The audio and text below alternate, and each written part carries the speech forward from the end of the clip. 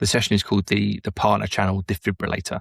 And I've called it that because the last session was the 3 silent killers of accounting channels. And really the problem that we're trying to solve here for a lot of accounting tech vendors is that they will end up signing up training firms and then they just go silent, and the vendor doesn't necessarily know why that is or what's happened or why they've lost traction. It can be really, really challenging to get it back. And so I'm going to share in this session a few things I've learned in my time, because I've been building and supporting accounting channels since about 2012. Made lots of mistakes, learned lots of things, and I'm just really keen to share them. So as I've said, this is a follow-on from the last session. You don't need to have seen the last session, but a quick recap, 3 of the killers that we talked about: an expectation gap. So partners expecting ease or a certain thing out of the channel that it doesn't deliver, or vendors expecting accountants will move fast, or expecting that because they've solved a problem for one client that they'll just roll it out.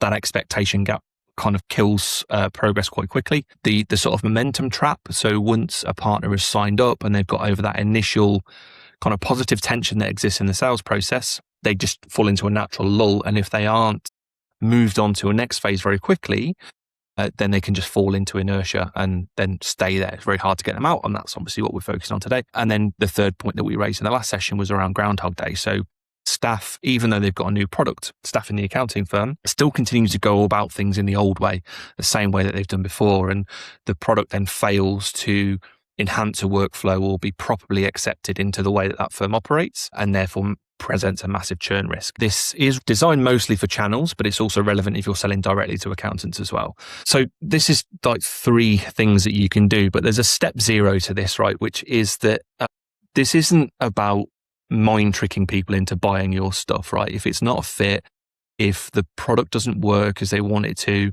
if they only really want to solve a problem for one client and not for their client base, if they're not motivated, none of this stuff is going to help you, right? Like that's a very, very different problem. This is about partners that were initially motivated, they were engaged, they have a pain point that they know that you can solve, but for some reason they just drop into a stalled status and don't move forward. All right, cool. So the first thing that we need to do, and one of the things that I notice a lot in accounting channels, both from vendors that I work with and from channels that I've run myself, is that success isn't particularly well defined.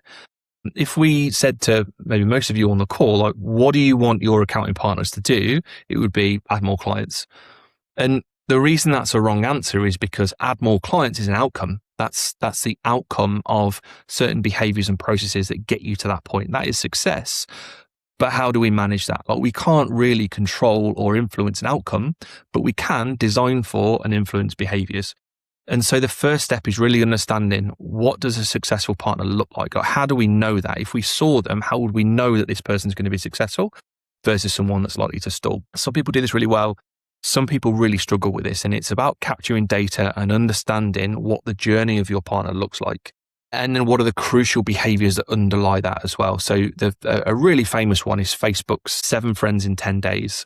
So when Facebook were scaling, they realized that if a user added 7 friends in the first 10 days on the platform, they were far more likely to go on and be an embedded user than someone that didn't.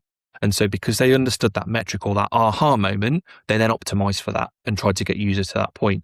Most of us in this space don't know what that looks like for our accounting firms. And so that is the first point, is like, what do we actually want these people to do? What are we trying to achieve with them beyond we want them to add clients? Or if it's a direct sale, well, we just want them to put more AML processes through the system, or we want them to create more proposals using our software.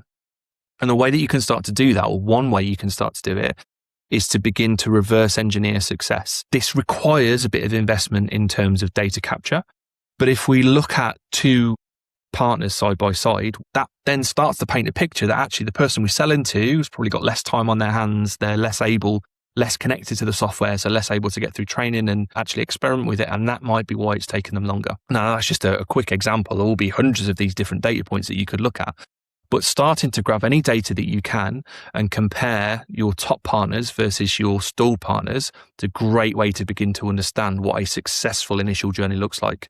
And now we've got tools like AI and things like that. It can be easier to start throwing a massive data through those tools to start to discern what actually does that 7 friends in 10 days look like for your business. To starting to reverse engineer success like that is a great way to begin to define what does success look like and what are we actually trying to get these folks to do. So that's the first one. Like, understand what we're trying to do and why, and what good looks like. The next thing then, if you've already got this stalled group of partners, it is safe to infer, I mean, it's never great to assume, is it? But I'm going to assume that you've already tried a bunch of things, right? You've tried the normal process with them, you've asked certain things. So it's fairly obvious, I suppose, change the ask. Like, what can you do differently? How can you approach them in a different way? And there may be more options here than you maybe expect or you might think that you've got. So some of the things that I've done in the past is to try and do some of the thinking for them. And that's not because they're unable to do the thinking themselves, not because they're stupid. It's just they don't have the opportunity to. It's an opportunity deficit rather than a capability deficit. And we'll come on to an example in a minute of how I did that in a previous role, but niching down on things is a really good way to do it. So rather than going into a firm where you're saying, right, we've got this, let's say, general ledger software that's relevant for this massive group of clients, how can we narrow that down so it becomes a simpler ask? So we're saying, well, actually, let's start on this number of clients. Let's start on farming clients to begin with, because we're a great solution for that. If you're selling direct, the same sort of principles apply, but rather than trying to get clients on board, you're trying to get staff members within the business on board using that tool, so generating their proposals on there or pushing AML requests through your system. So getting really focused on the use case. And when you get into a product specific conversation for a direct sale, you want to really be understanding what is it specifically that not just the firm, but the individual that you're speaking to, what do they want to solve and why do they need to solve it? And then prepare a very, very narrowly focused demo and guide them through exactly the features that they need. It might only be 20% of the tools that you look at in the product, but if they're the ones that they need, that's going to make it easier. You're not overwhelming them. So narrow the things down a little bit, make it a lower barrier to entry, make it easy, but crucially, make sure they get a little win out of it as well. And remember that when you're trying to get partners out of a stalled pot or get them out of inertia, your goal is not to get them to go from doing nothing to being a gold partner. Your goal is simply to just try and get that next step, which you can then build on and grow momentum from there. Like if you've seen the world's strongest man competitions, the plane, when they try and pull it, it moves millimeters to start with, and then the momentum builds slowly. And that's what you need to apply here. And then there's some other things that you can do. Change who you're asking things from. I've seen personally in a lot of experience that certainly in early zero, that if you got some initial success, you'd get maybe a champion within an accounting firm. So one person would be the driver or the guide. They'd be the zero person, right? And that presents a few risks for you further down the line. One is you've obviously got a single point of failure. So if they leave or move or whatever, then you've lost your purchase within that firm. But there's another phenomenon that we saw and experienced, which was that over a certain amount of time, the other people in the firm start thinking of that person as the zero person, or it would be the free agent person, the stage person, or whatever it is. They're that person for that job. And as you start to get the rest of the practice to experience the product more or see more things, or maybe clients start asking them about your product, what happens, rather than what you would want to happen, which is more people go, oh, I should learn about this because clients are asking about it. Instead, what they do is go, that's a Lee problem. Lee deals with zero. We'll push it to him. And then your champion just gets more and more and more overwhelmed. And let's not forget, in most firms, they don't let them just do this for their day job. They will have a portfolio of clients and have normal stuff they've got to do as well. This all goes on top. So your champion slowly gets buried, and so do your chances of success with that firm as well. So getting a consensus, getting more people involved from an early stage is really, really, really important. And there's another factor which I talked about a little bit in the last session. I won't go into massive detail here, but we're very social animals as humans. If you think about our psychology and what other people do, and staying within the pack and conforming is really important. And if you want to get someone to go against the social group, it's very hard for them. So different channels, how you approach them, sort of similar sort of thing. But if your account manager just trying to ring people and they're not taking the calls, then trying a different tack is obviously a sensible thing to do. We'll come on to that in a bit more detail in a sec. And coming back on to what we're asking for. So I mentioned a second ago around changing the ask, like what we're trying to do. Now, a lot of people or a lot of vendors will look at this sort of problem with a stall partner as think about it in terms of balancing scales, right? So you've got on one side the benefits of your product and the motivator and things like that, all the good reasons that they should use what you're doing. And then on the other side, you've got all the reasons why they wouldn't do it. So like cost and like the time and the effort and all that sort of stuff. The way that people try to overcome that imbalance is by adding more stuff to the motivation side. So it will be like promos or discounts or things like that. That's sort of okay. What some people will do, and I've definitely made this mistake, is by going into a firm and saying, well, look, if you use this product, you can then start to create a new service line. You can get more revenue in through that. And it sounds good in principle because you're enabling that firm to grow and do more stuff. However, it's not having that impact on the scale that you think it is, because you think you're adding more to motivation, which you probably are to an extent, but you're also adding more weight to the other side. Like you're adding to both sides of the scale. It's not going to get the movement. And the reason for that is that you've just created a bunch more tasks. Like if an accounting firm is going to spin up a new department, they need a business case for it, right? They've got to go and get someone to sign it off. They need a budget. They need to market it. They need to know that they're going to get clients for it. Where's the staffing going to come from to manage it? So you've just handed them all of those problems at a point that they're already kind of overwhelmed anyway. So offering new service lines, really, really challenging. Like it has benefits and it can work in some cases, but save that for later. Like don't try and do that too soon, because that tends to just switch people right off. So the example I found, so back when I was at Soldo, and Soldo is an expense card tool, essentially, travel and expenses, or sort of a payments tool. And the problem that we had was that it was during COVID and no one was traveling or expensing things. So we struggled a little bit. But what I did to keep the channel growing was really dig down into some of the use cases that were working. And we found that theatre companies in the West End were using the product really effectively. And the reason being, it was probably like during the end of COVID when we could start going back out again. They didn't necessarily care about spending money. Like if something went wrong, they just needed to solve it, right? And they would need to give a stagehand something to go and solve a problem or go and buy, whatever it might be. And so having the functionality of just putting some money on a card and sending someone off with it was a perfect fit. So I really lent into that and started to try and understand more about how those companies worked and how they were using the product. And then started to construct almost a use case guide that I then started sending to those firms and saying, well, look, if you use the product in this way, really only worry about these 3 or 4 features and do this and this and this, then it will solve the problem. And that just stripped away a load of work that they had to do creatively to figure out how they would put this solution in place. And so that worked really well. And then we replicated that. So for creative agencies, for video production companies, and that allowed us to just get over some of that first initial step. The problem was the thinking issue, right? It was that people had to think too hard around how do they apply this or where does it fit? So we simultaneously removed that, but also shortened the gap that they'd got to go and look for. So rather than looking through all their clients and going, oh, who's a fit for this? It was just, okay, let's go talk about solving problems for theatre companies first, or for companies that are struggling with petty cash, or whatever the other use cases that we built. So spending that time to do that thinking for them really, really paid off. And it was part of the reason we were still able to grow that even during quite a challenging period. When I was in sales in the early days, I was taught that sales is effectively earning the right to make a recommendation. And that really stuck with me. That really resonated because I kind of like trying to sell things to people. I like helping people and solving problems. And hopefully like most of you are the same. So the question then is, well, how do you do that? And I think without necessarily meaning to, a lot of vendors struggle with this. And I'm going to give you the example of the emotional bank account from The 7 Habits of Highly Effective People. Great book if you haven't read it. It stands the test of time. The point there is that every time you ask for something out of a relationship, you are making a withdrawal from that emotional bank account. And a lot of people will just go overdraw. They just keep asking and they're not putting enough in. So my question, I suppose, my challenge to you is, what are you paying in to this relationship with these partners?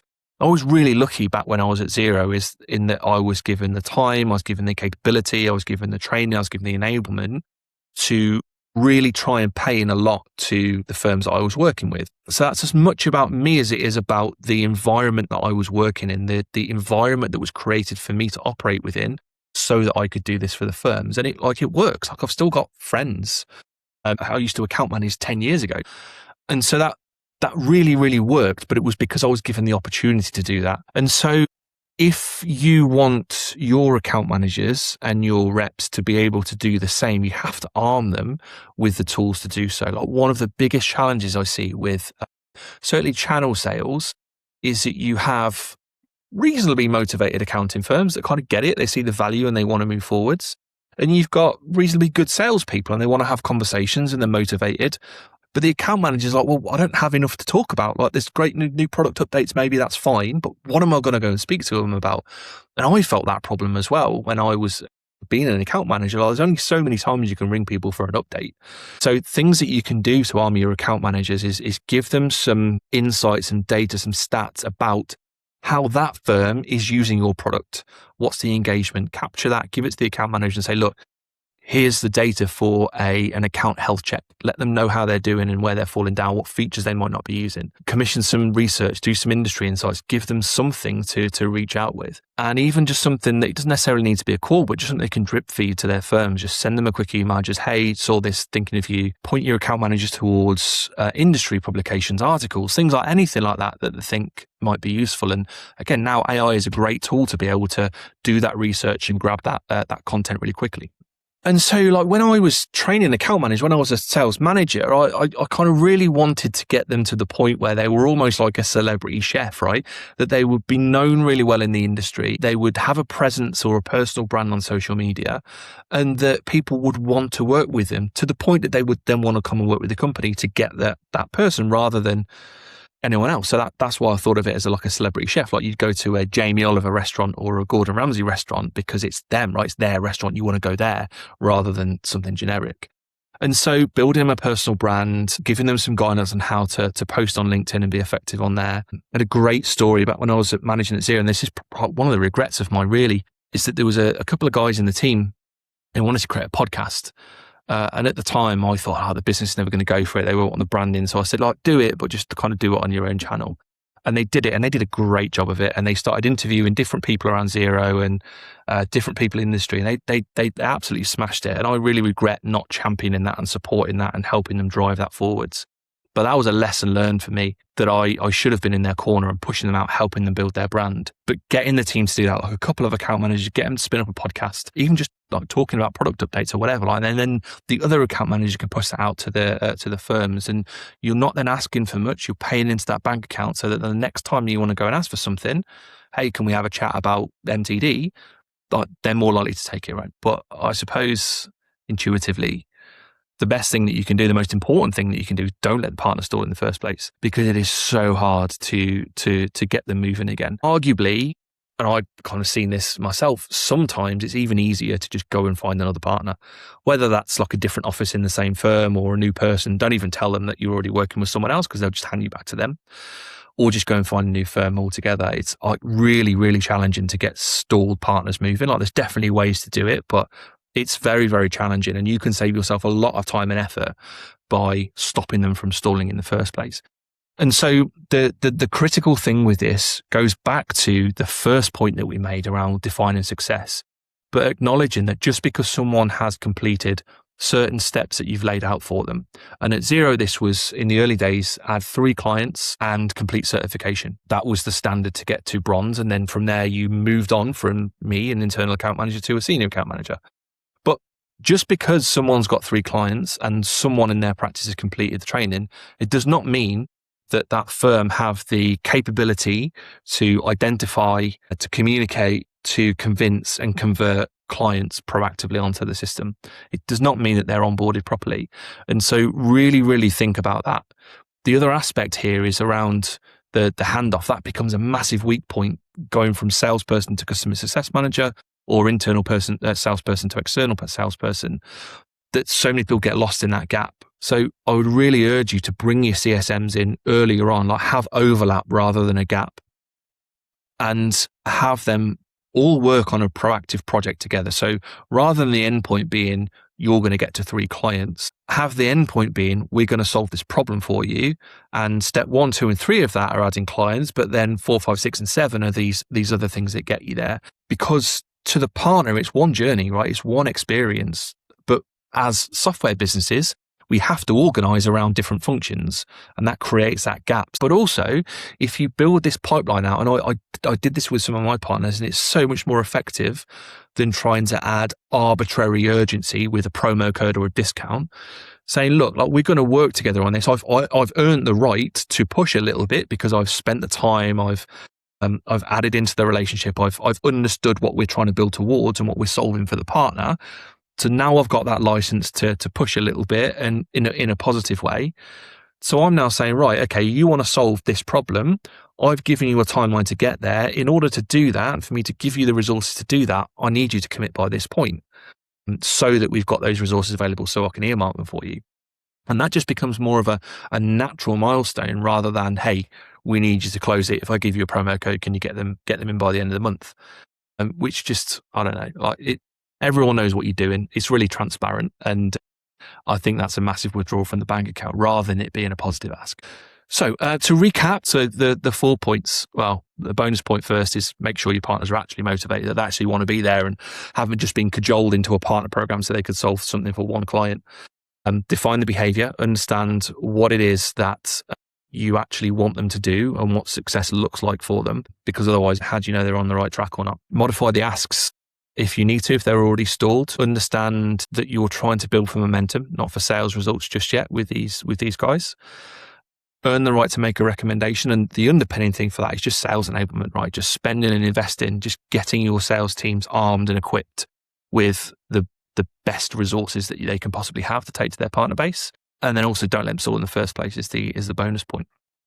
All of this is predicated on the idea of managing and watching your partner channel, understanding what people are doing, what the behaviors are, what success looks like, what failure looks like, and seeing that before it happens. If you want to go a bit deeper and understand what this looks like for your channel, I've built a free diagnostic that you can use. It's 8 questions, takes about 5 minutes, and it will then tell you which part of your partner channel or your process is causing the issue, is likely to be dropping people into that stalled stage, and that's completely free. So you can take the diagnostic. The web page is on the screen there. So go and take that. That's completely free. It'll give you a little bit of insight. And then if you want to do more, if you want some help with this, I have actually got some capacity coming up at the end of this year and early next year for 2 non-competing vendors to work more closely on this stuff, to really roll my sleeves up and understand what all of these elements look like for you and come up with a very prescribed and focused action plan for it.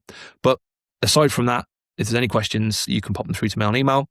Diagnostic is really useful, so I'd urge you to have a look at that. Okay, quick question. Christina, so what do you think are the most effective partner commercial offerings for the accounting channel? It's a great question, and this has been, I think, a topic that Kaylee Graham's highlighted recently around the commercial offerings for accounting firms. I'm assuming, Christina, by the way, and pop another comment if I've got this wrong, you're talking here about financial incentives, discounts, bonuses, things like that. They definitely have a place and they definitely motivate some people. And to an extent, some people will expect them. But what I've found the most effective thing is usually a discount off the product that probably half of partners will want to pass on to their client anyway. And that sort of boost from their client perspective tends to be more valuable than anything that they would pocket, I suppose, in terms of kickbacks and things. The other thing with financial stuff like that is there's certain rules and regulations, which immediately, even before they start recommending people, like just as soon as that comes up as an idea, then they've got to pump the brakes and go, actually, I've got to go and speak to people and figure out if I can do this or not.